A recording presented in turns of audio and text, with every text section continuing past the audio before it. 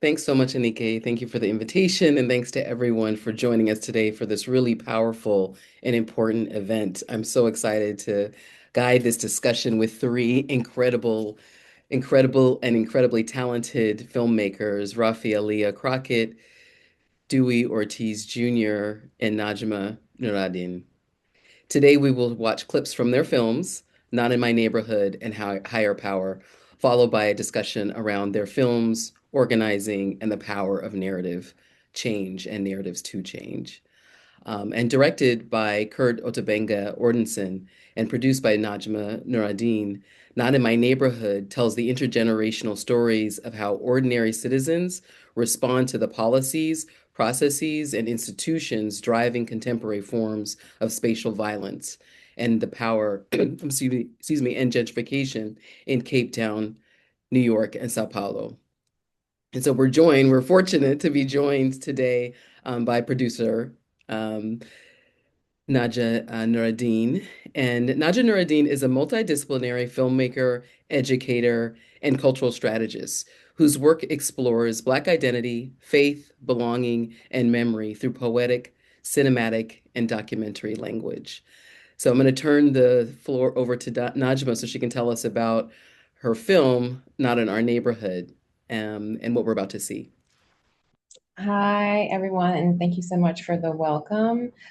So, yes, this documentary we made, it came out in 2018. This was like a 7-year process.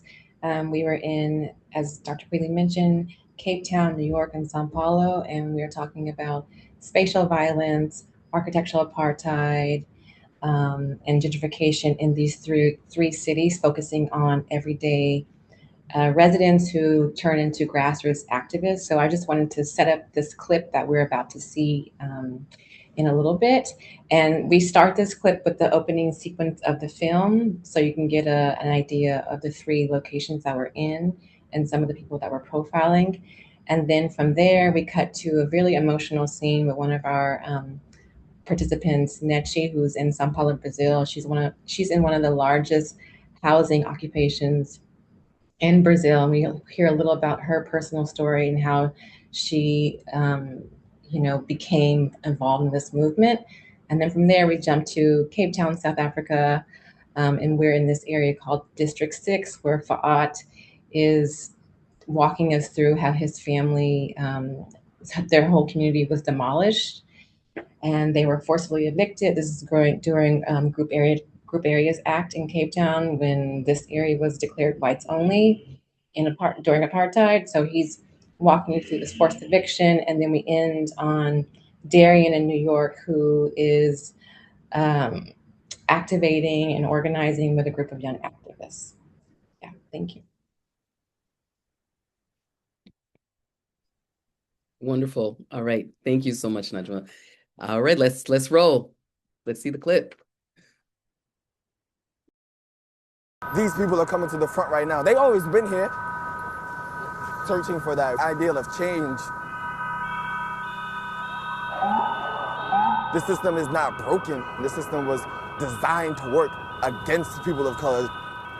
So we have to find alternative ways of building political power, building political momentum. It means that you gotta educate yourself. This is something that's so interconnected, something that's so intersectional, this conversation. Understanding that all our movements, all our struggles are one and the same.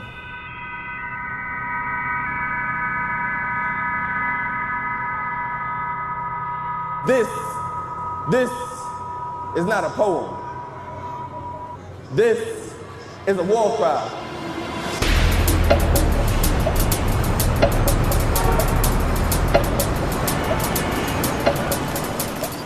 And the process of urbanization, that's part of modern development. There's nothing that we can do about that. And it's quite clear that the improvement of the quality of life of black people is of paramount importance to the government. And I'm very glad to say that this has been a great success. I can only hope that the world will take notice and young people are doing what young people do. What was once a run-down, dying section of the great city of New York has been recreated. The slum means disease and crime. The new projects mean health and happiness. I do not think that there is a widespread resistance at the moment, but we must bear in mind that there's been intimidation. The development must go ahead. People are waking up and more people are trying to fight back and be unapologetically black, unapologetically, person of color. Porque existe poder podre, tanto dentro do poder judiciário como dentro do poder do governo, dos órgãos competentes, que comandam uma máquina. We were forced to move by a corrupt regime. Today we have gentrification. Forced removals and displacement is not on anymore. Apartheid is gone. This land is our land and we are going nowhere. Nowhere. Tie that link to policing, tie that to gentrification, tie that aspect to displacement. No matter what communities we come from, origin or ethnicities or race, sexual orientation, we're going to stand up to bigotry, we're going to stand up to racism, we're going to stand up to oppression. Todos nós temos direito de ir e vir, todos nós temos direito básico e fundamental, mas os nossos direitos a cada dia, a cada minuto ele é violado. Capitalism, corporate industry, want to build walls between people and not bridges between communities. Não estamos pedindo esmola para ninguém, é direito nosso, é direito básico. Put your fist in the air, please. And you know what that makes us? That makes us fucking revolutionaries.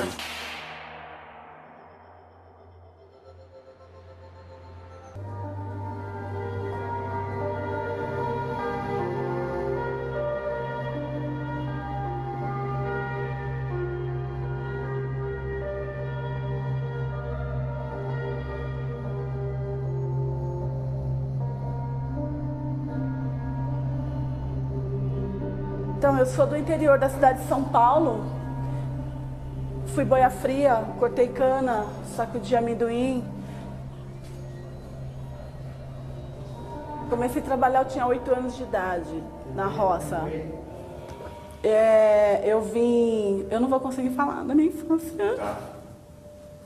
Tudo bem, tudo bem, tudo bem. É difícil.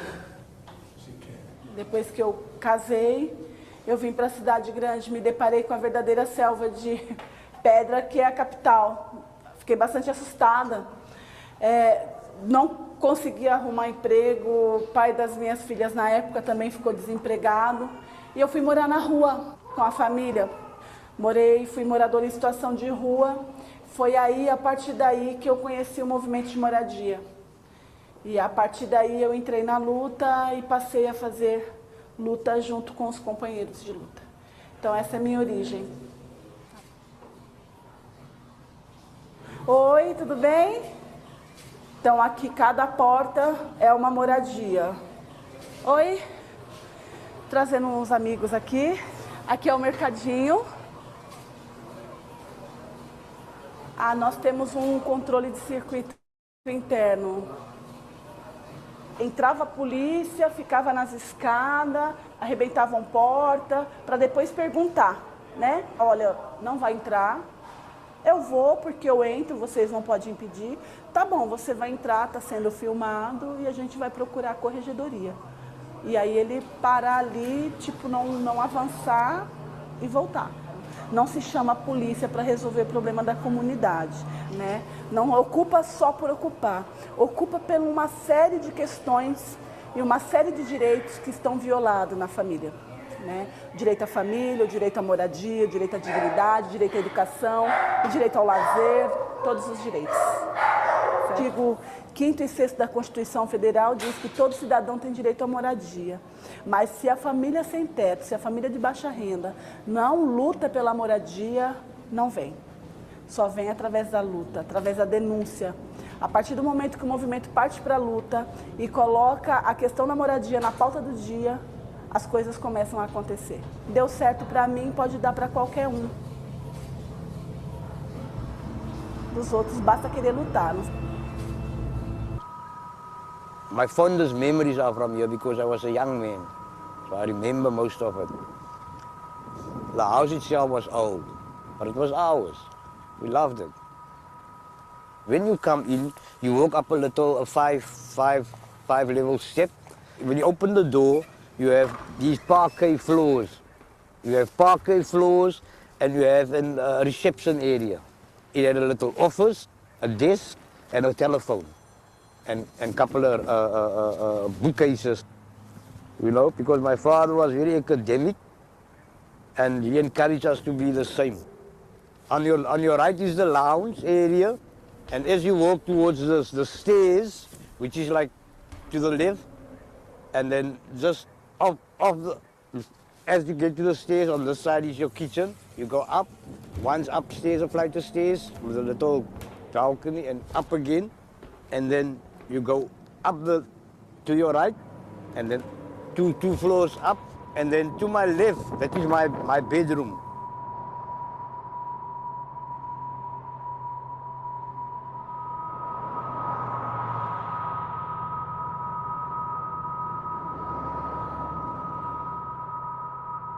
And here you can actually see remnants of our house foundation. There's still remnants of our foundation of our house. All of this is that we were actually forced to move out of this area by a corrupt regime at the time. They wanted us out because they were hoping to make this into, like today we have gentrification. They were hoping to sell this land off to big developers. And in another way, it's getting us out of the CBD area. And this isn't a process that only started 10 or 15, it started in 1950 already.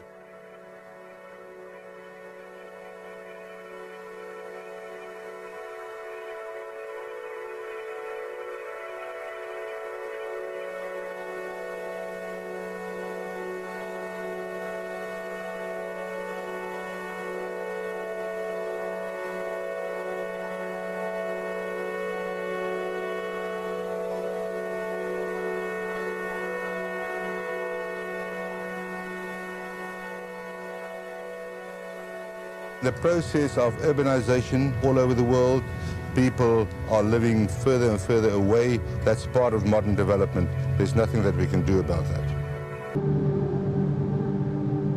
Power is the ability to control circumstance, the ability to make change. And that's power in a totally different way than we talking about power. That's people power. That's what we call that shit. It's like broke people who ain't got the power to do other shit, got the power to come together.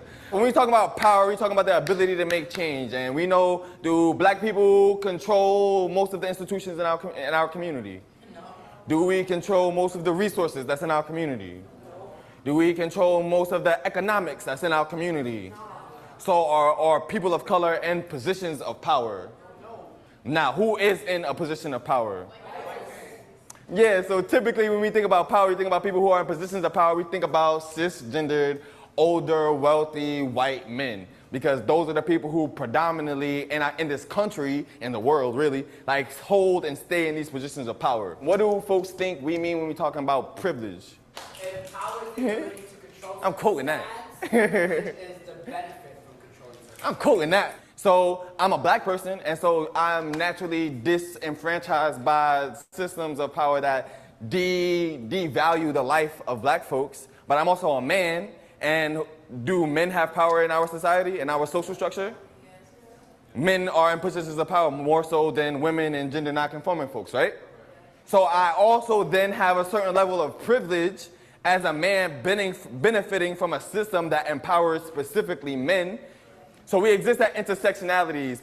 We all share bits and pieces of this system, even if we're not directly a white person. We all exist on various levels of oppression. Oppression impacts us in various different ways because of our identities, because of the work we do, because of where we live, all that different type of stuff. And so I want you to put whatever hand y'all feel comfortable with. I like to do the right. People say the left is the proper hand. But put your fist in the air, please. And today, we spoke about race. Today, we spoke about how it impacts our lives. Today, we understood and learned how we can build and grow in our communities. And you know what that makes us? That makes us fucking revolutionary. Like one way or the other, this is our path to revolution. This is our start of revolution. So I want y'all to repeat after me, all right? I want y'all to say, I am a revolutionary. I am a revolutionary. I want y'all to say, I am a revolutionary. I am a revolutionary. I am a revolutionary. I am a revolutionary. I am a revolutionary. Thank you. Y'all are beautiful, man.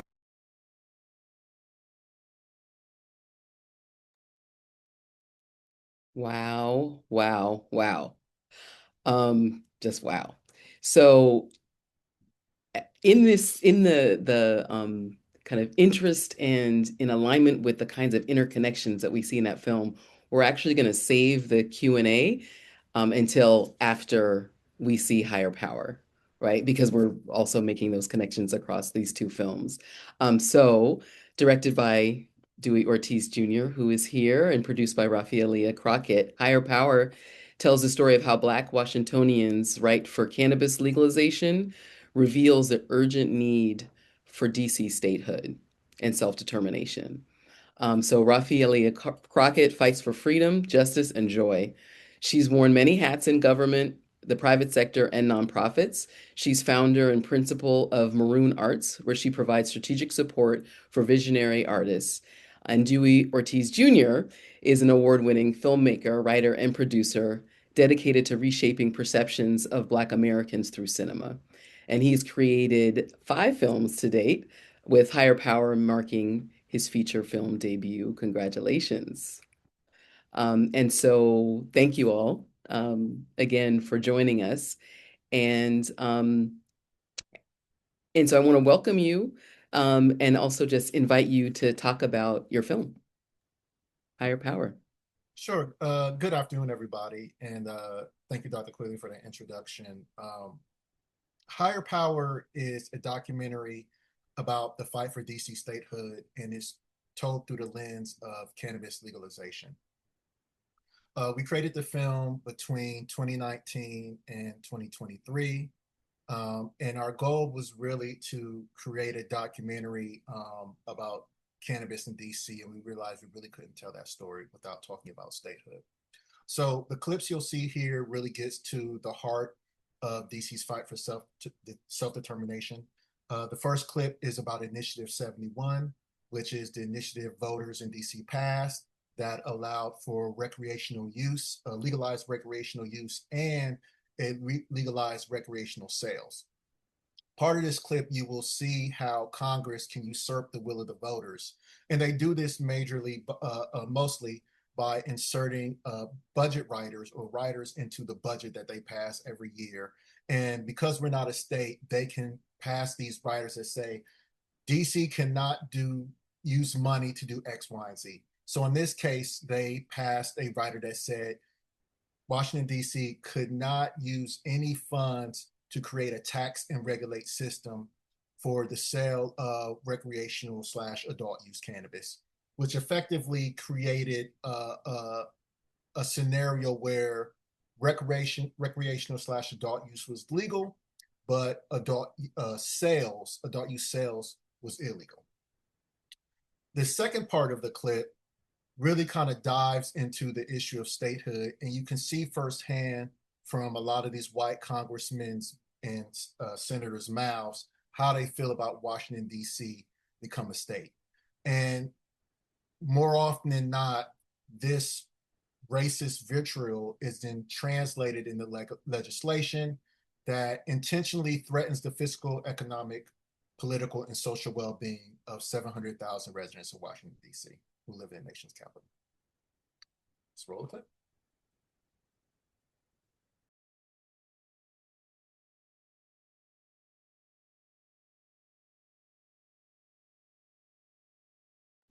Sorry, I was on mute. So thank you for that introduction.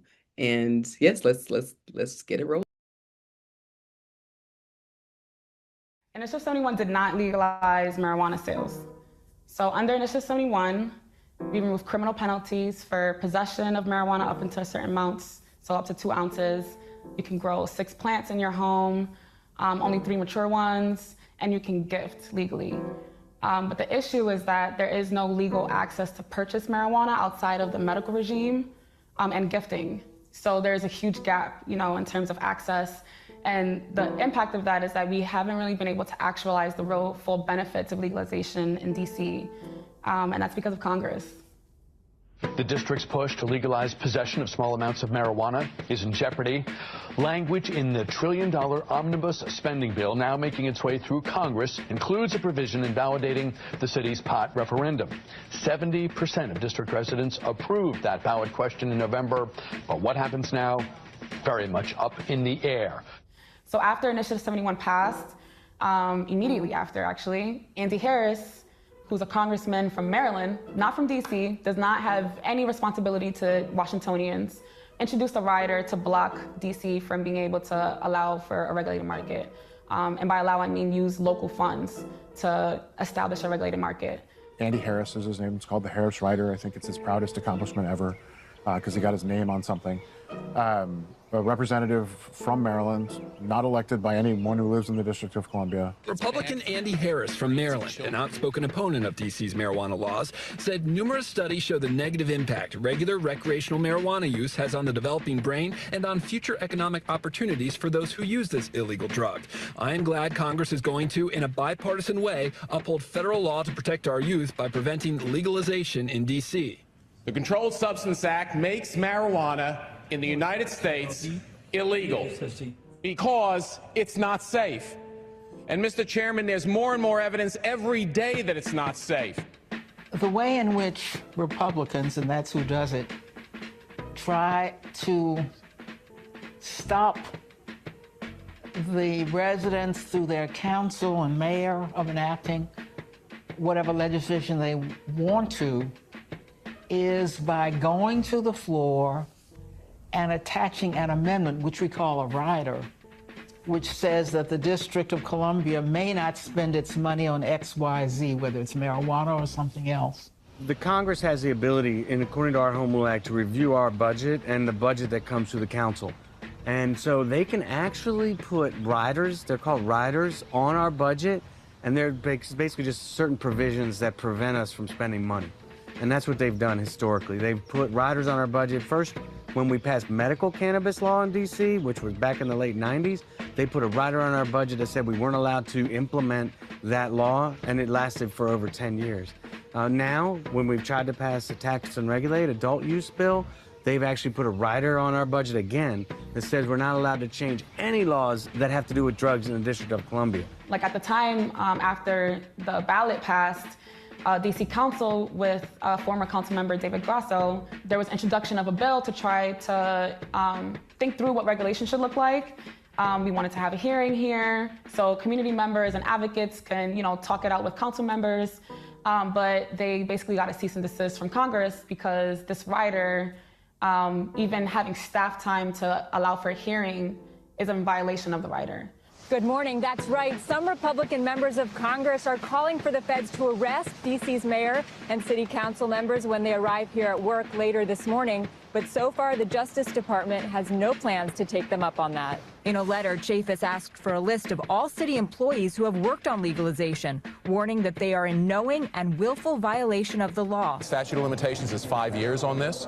So, these government officials who are taking the chance now, if they institute legalization, if they take that chance now, they're going to be looking over their shoulder for 5 years. So I have a lot of things to do here in the District of Columbia. Me being in jail wouldn't be a good thing. When we make laws to determine how we counter the years of mass incarceration and tough on crime laws that have impacted disproportionately people of color, we've got to send those laws to a Congress that has marginal representation of people of color, black people, brown people. And so I think it's important that people understand that we do have home rule, but it is a very limited home rule that precludes us from self-determination when it comes to the way that we want to spend the dollars that are raised here in the nation's capital. The impact of not being a state is so broad and it's deep. When you think about the ability to pass laws, we can do that here, but we don't have the ability, like many states do and counties do, to elect our judges. We don't have the ability to elect a state's attorney. Our judges in the District of Columbia are appointed by the President of the United States. The Senate gets to confirm many of the positions throughout our criminal justice system in the District of Columbia. I will never vote to give a single middling-sized city the same political power as one of America's great 50 states. If D.C. became a state, it'd be the only state that has no airport. If there's a car dealership in D.C., I apologize for being wrong. I have no idea where it is, but it'd be a state without a capital city. It would not have a landfill, and we could find a ton of other issues that are just matters of fact that would be absent here. Yes, Wyoming is smaller than Washington by population, but it has 3 times as many workers in mining, logging, and construction, and 10 times as many workers in manufacturing. In other words, Wyoming is a well-rounded, working-class state. A new state of Washington would not be. Let's be clear what H.R. 51 is all about.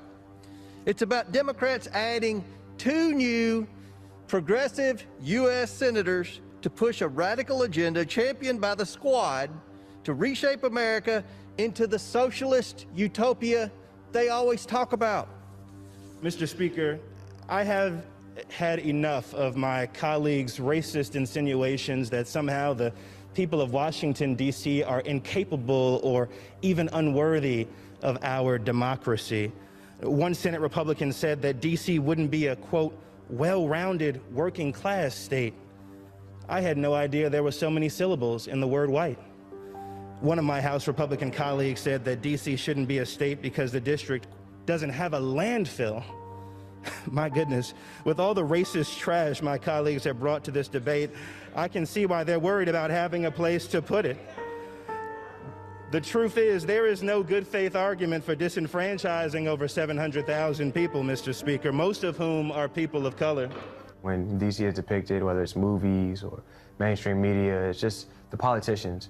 And because of that, there is an amount of erasure that goes on that leaves out the go-go and the mumbo sauce and all the things that makes D.C. truly D.C. And so we engage in a public education campaign and really go out and educate everyday Americans on the fact that, you know, we are real people here. We are not just senators, we're not just congressmen and congresswomen, but we're Washingtonians who pay the highest federal taxes in the nation, who have all of the obligations as Americans, but not all of the same rights. You know, we send people off to the service, we have people that serve on juries, and so it's time to really include us. I think race plays a huge role, whether we're talking about the 70% in the 70s or the 48% that we're talking about right now. I mean, the district is still a majority-minority jurisdiction, but it's not a majority African-American any longer. Race is a huge thing. Representative Jerry Conley, during the hearing about our bill, said when they tell you it's not about race and partisanship. When some say this is not about race or partisanship, you can be sure it's about race and partisanship. And race and partisanship are so tightly intertwined in this country. So I absolutely believe that not only if we were a majority white now, this fight would be farther forward, but more importantly, I think that the fact that we are gaining or increasing the white population in D.C. has led to more engagement and acceptance on statehood, and a willingness of more people to listen to the issue. If it were to become the 51st state, it would be the only majority black state in the whole United States, the only majority minority plurality in all of the 51 states. And I mean, just outside of that, when we talk about on a more structural democracy level, right? The idea that we could be here surrounding all of these fixings of democracy but not be able to participate at all is a travesty. And so now is the time for D.C. to be included in democracy, for us to be able to have a seat at the table. People across this country have to finally wake up and respect that all people are equal and treat black people the same way that they've treated white people throughout our history. And only then will they feel that something's been done unfair in this city. We are too democratic, too black, too liberal, to this, to that. And so I think that confronting the issue of race in this DC statehood movement has always been a part of our discussion.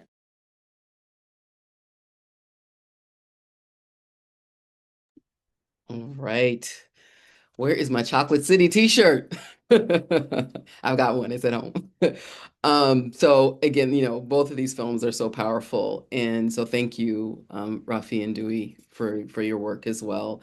So we're gonna have there's gonna be information after the Q&A about how to access these films, because I know everybody who's just viewed those clips, that was just like a little nugget, right? You want to have the whole meal. So be sure to access those films, and stick around to find out how to access those films.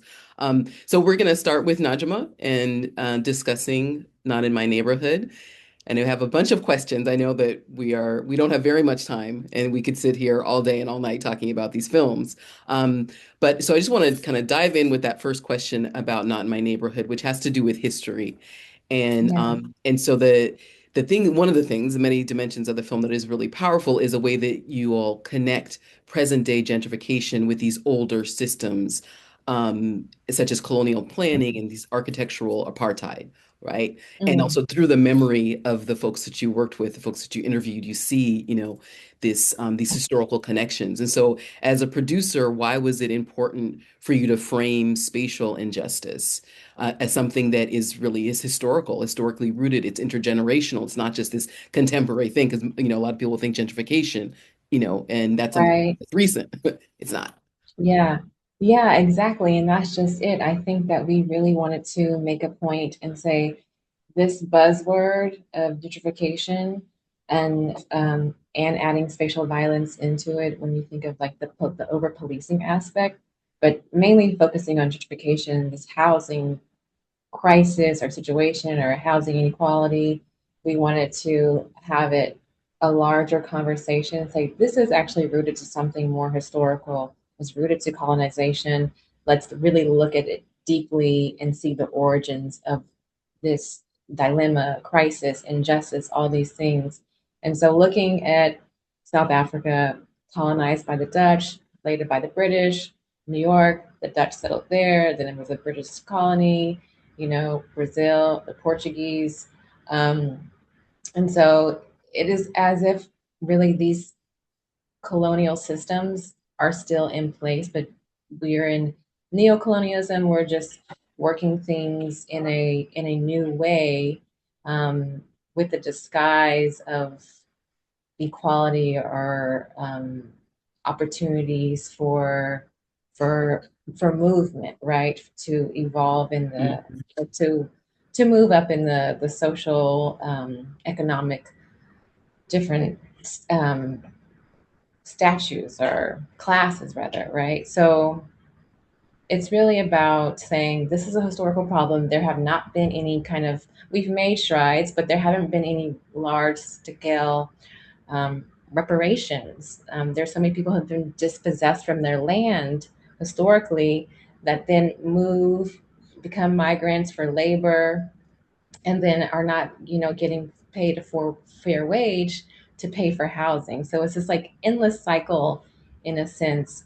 And because there hasn't been a retribution or reparations, as I mentioned, then we're still in this same struggle global, really. And so gentrification is something that's just like continuously growing and growing into this larger monster. And so like I mentioned, we made this film in 2018, but it's still so relevant. I feel it's still so topical. And now I'm thinking about Cape Town more so in particular because I'm in Cape Town right now. But Cape Town now, it's not a big city, but it literally has the largest listings of Airbnbs in the country, in the world. It has the most Airbnb listings because there's not the regulation for it right now. So now we have another layer of people being displaced, and taxes and all this sort of thing. Even one of the characters that opened the film, Chantel, she's still in court. She is still an ongoing battle. We had another screening of our film tonight here in Cape Town. That's why the director couldn't be here. So he's at another in-person screening to use the film as a kind of mobilizing tool for another community that's also facing evictions here. So it's just like a Mhm. continuous thing. I feel like I'm Mhm. rambling now, but I'll No, pause no, there. this is great. I mean, because you're making that, that the thread between empire and gentrification, right? That, Yeah, yeah. establishing that through line is incredibly important and profound and leads to this question, I think, for educators as well as filmmakers, right? And folks, I'm glad Mm, you brought up reparations because how do we document this, right? How do we establish it? I think your film does a great job of again giving this kind of nuggets with the clips, the historical archival footage. And so, if you could just yeah. speak just briefly about how, do you have kind of recommendations or anything you want to share about your process of incorporating and documenting Mm, that, right? yeah, yeah. Um, one thing that was really important for us in the way that we documented this film was for the people that we featured to collaborate with us, right? So we didn't want to just jump into these spaces and say, oh, what's going on here? Let's capture it. Cool, thanks, we're out. So it's like we developed this long friendship, relationship with the people featured in the film. And we had a lot of work in progress screenings, pop ups, just a lot of not even build up, but just a lot of participant involvement, community involvement to say, hey, we're making this together and we want. Uh-oh. Najma, you froze. I don't know if she can hear us. Let's just wait for just a moment to see if she can come back. Oh, wait a minute. Maybe I'm the one who froze. Wait, hold on a second. Everybody's no, no. Okay. You all look like very still. So I was like, uh-oh, that's me. Um, let's see. You know what? Because we are short on time, I hate to interrupt her thought like that, but why don't we pivot? Oh, wait, hold on a second. She might be coming back on. Najma, are you with us?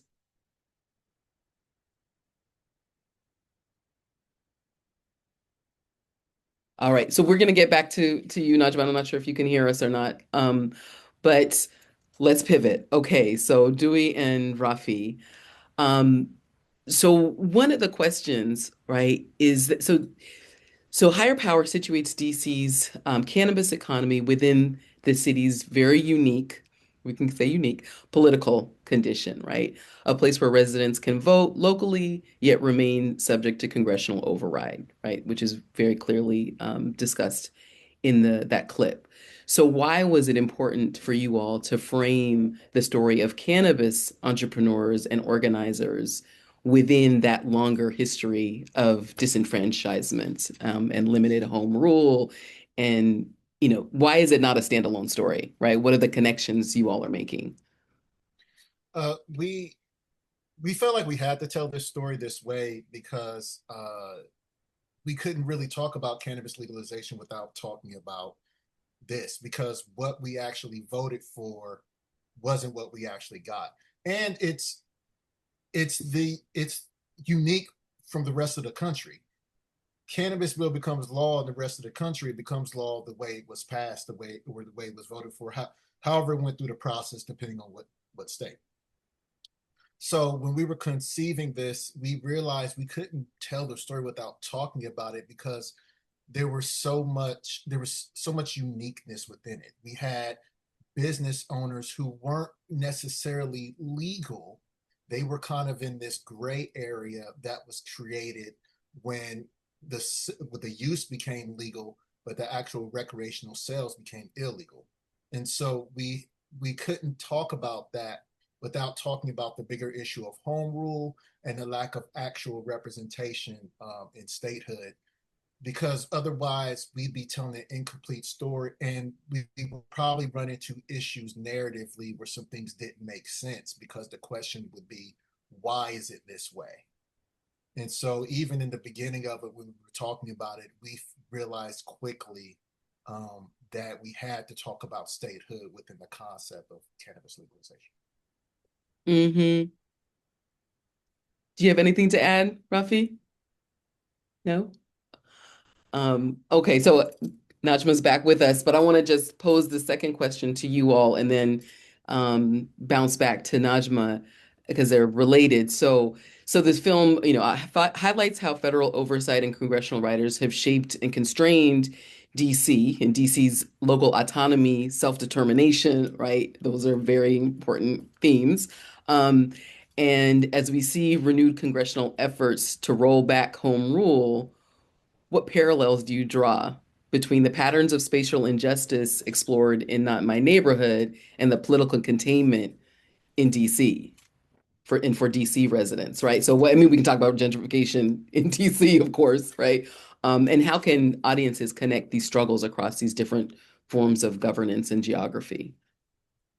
So it's really interesting. We actually so Najma and Dewey went to graduate school together, and we actually saw Najma's film, Not in Our Neighborhood, probably right when we started making Higher Power or right before we started making Higher Power. A social justice organization in DC was screening it, and we went to the screening. He's like, yeah, this is my homegirl. Let's, go check out our film. So yeah, we have this history with Dewey and Najma and our films intersecting as well.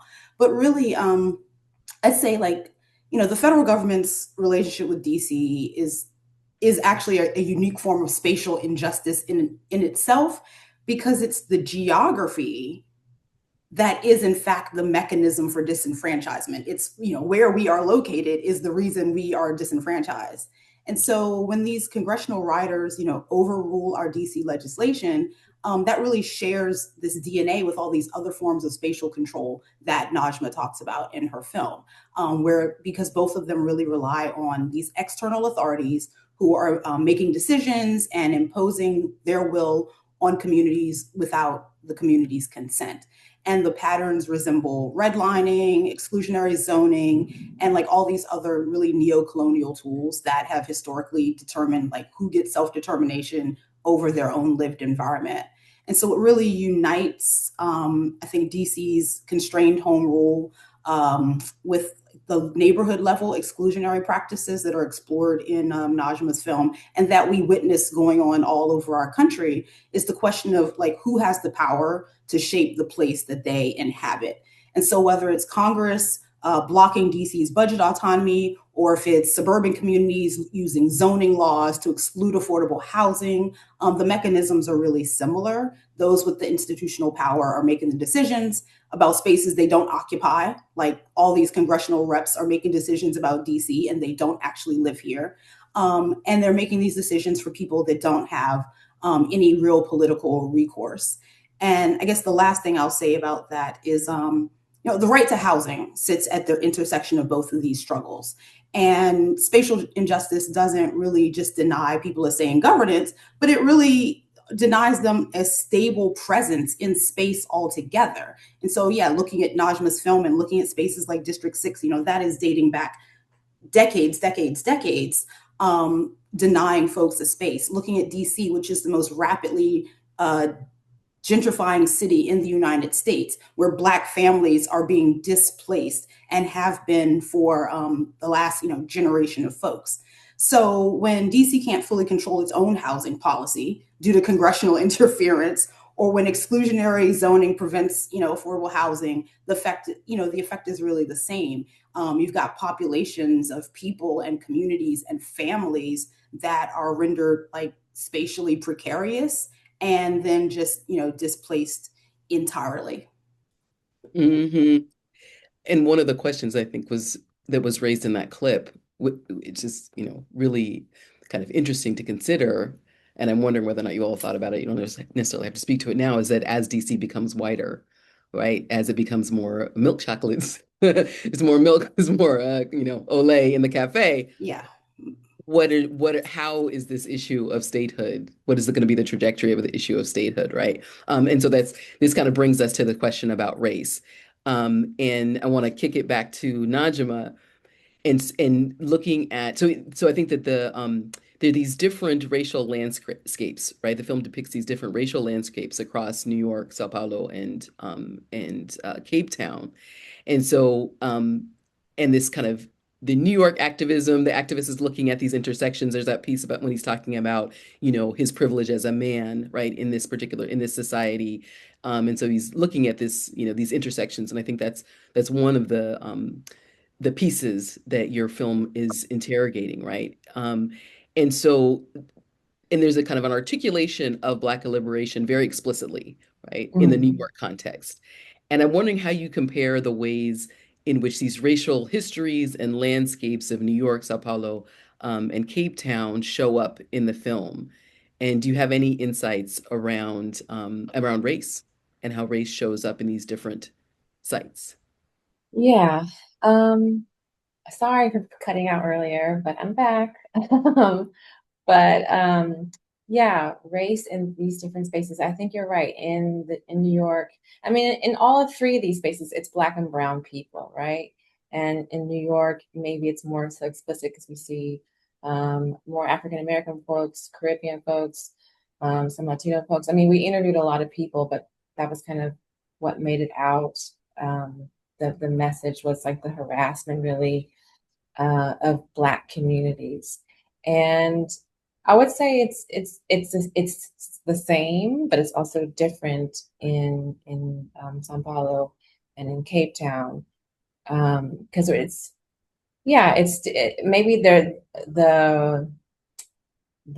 rhetoric is not there because this is the time also that we're filming is Black Lives Matter, right? So this is happening in New York where there's not the same type of rhetoric in South Africa and in Brazil. But race is definitely a component because clearly these are people of color, people of African descent in Brazil, people of African ancestry in Cape Town, along with other ancestries because of the history of the space with the colonization, like I mentioned, the European colonization, the slave trade that happened here, where we have people being enslaved from East Africa, Mozambique, Indonesia, that are, working on farms here or working for the company, for the Dutch, and then the British, things change. But still, it's like a hybrid identity in these spaces in particular. And so I also think that class comes along with it, but it's also still very much race driven, because these are when you look around and see who is being evicted, who is cannot afford their space or afford to be close to the city. It's Black people, it's brown people. And so I think it's just verbalized differently than it is in New York, but it's still part of the same conversation, the same struggle. Mm. Yes. And following up on that, thank you. And following up on that, this, when I was watching Higher Power, I was gonna say Higher Ground, not Stevie Wonder. When I was watching Higher Power, I kept thinking, wow, this was a moment that they captured of this racial reckoning, right? And how different we are, how different, what a different moment we are in now. And so I'm wondering whether or not either, Rafi or Dewey wanted to kind of comment on how the film was inspired by that moment, or the extent to which it might have been inspired by that moment, and how it can be read in this current moment of really vociferous anti-Blackness, nationally in DC, globally. Well, I mean, global anti-Blackness is forever and ever and ever. But yeah, Higher Power, like many films and like art in general that was being produced during the 2020 uprisings, it really carried, this sense of urgency and hope. And even our film, when you get to the end, it ends on this really hopeful note. And every time I watch it, my heart just sinks. We really were thinking about, structural change was going to be possible. So like looking at the film now and looking at a lot of the work that was made during that time, now we've got the backlash against DEI and gutting of all the racial justice curricula, and even things like symbolic retreats, like DC had Black Lives Matter Plaza, painted on our streets. And, that was removed like the minute this administration came back into office. And so it really kind of creates this painful dissonance almost for us. We thought we were documenting a turning point, but now it kind of reads, maybe it's actually evidence of how temporary these things can be and how fiercely like power structures are going to fight back and they're going to resist our attempts at transformation. So yeah, I think higher power, reading it now, it's not just for what it documents, but for how it really just reveals these cycles of resistance and retrenchment and resistance and retrenchment. And, you talk about like, vociferous anti-Blackness. So I don't think, the current context really negates the film's relevance. Maybe it sharpens it. Yeah, I don't know. Because it really just shows this continued struggle and the predictable patterns of Black backlash. As a DC resident, that backlash comes quickly out of Congress, literally every single week, whether it's disapproving our criminal code that DC residents, policymakers, activists, we worked on that for over a decade to get it right. It was a 100-year-old criminal code, and we wanted to bring it up to modern times with the progressive policies that we as Washingtonians want. Congress said, no, we're not doing that. They recently also just rolled back our laws that protect children, as young as 14, whose brains are not fully formed yet, from being tried as adults, because that's not something we believe in as Washingtonians. But Congress said, nah, we throwing these children into adult prisons. And then things like just a week ago, literally a week ago, they denied our right to decouple our budget from the federal budget that includes the big, beautiful bill and all of those tax cuts that came with the big, beautiful bill. And so those cuts are blowing a hole in DC's budget. Like over 20 states were able to decouple their budget from the feds. They prevented us from doing that. And so we're now going to have a huge hole in our budget that's going to affect, childcare, homelessness, affordable housing, all of the social programs that we want, because we now have to contend with all the budget cuts for the next 3 years. But all of this really just like motivates us to fight harder. That's right, Ashe. I know we're at time. We have one final question, and I'll be the one to be like, okay, we can go over. But okay, let's just try it. Let's really briefly. All right. What? Yes, no, Nikki, Anike, no. Okay, again. Okay.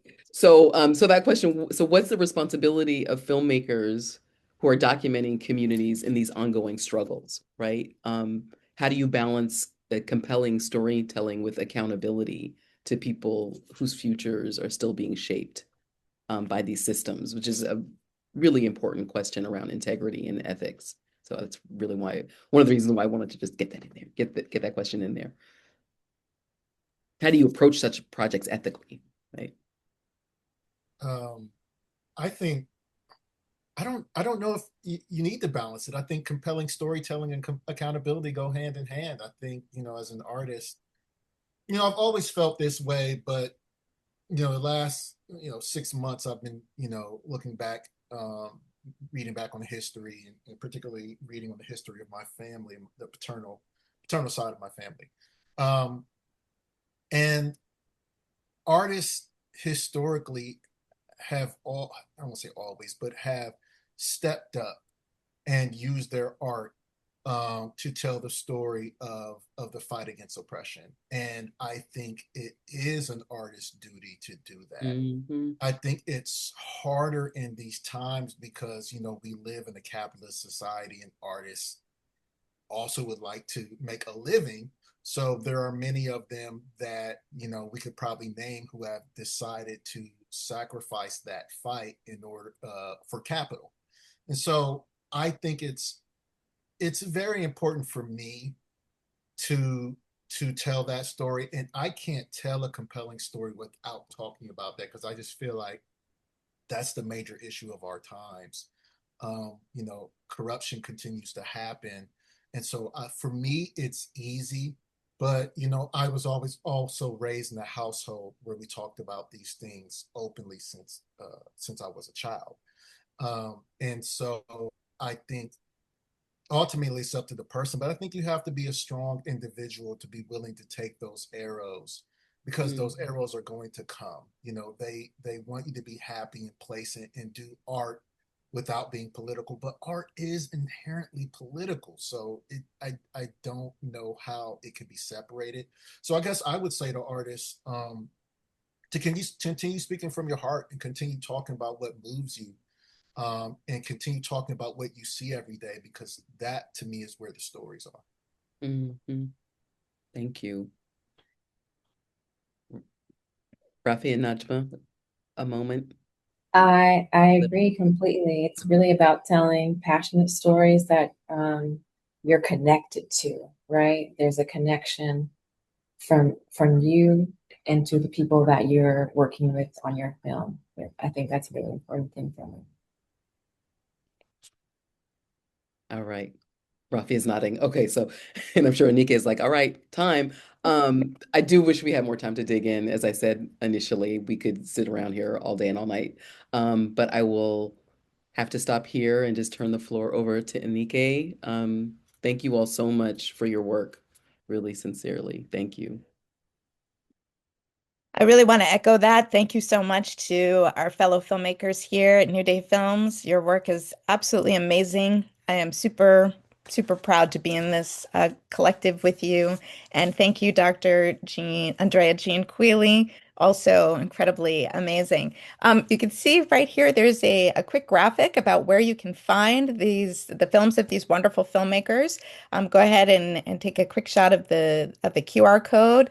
Also, we have a discount code until the end of Black History Month, so that's until the end of February. You can find these films. You can also find other films too, that have been made by BIPOC filmmakers, that are about the Black experience as well. Here are some of our titles, and there is a curated collection that has been created by New Day Films that you'll find right on the front homepage of the website for Black History Month. But again, I have to say I've seen Dewey and Rafi's and Najma's films, and they blew me away, and I think you will love them. And again, if they are not what works for your curriculum, please check out our hundreds of titles. Yeah. So we are just a couple minutes over, so I do want to let you go. But before we run out, please just want to say a couple of quick thank yous. I want to say thank you to the New Day Films Equity and Representation team, to the New Day Films marketing team, for all their work to put this event together. Also want to say thank you to the New Day Film Steering Committee. Thank you, of course, to our incredible moderator and to our filmmakers. And we want to also say thank you to Tiffany Fisher Love, who's a member of our steering committee at New Day Films, for running our tech, and equity and representation team member Pam Sporn, who has running our chat. And I believe has put some links, I've made them available in the Q&A section, so you can see how to click on those links, find those links to find these films as well. And of course, thank you to all of you for hanging with us just a few minutes after and taking time out of your busy day. I hope you have a wonderful afternoon, and thank you so much again.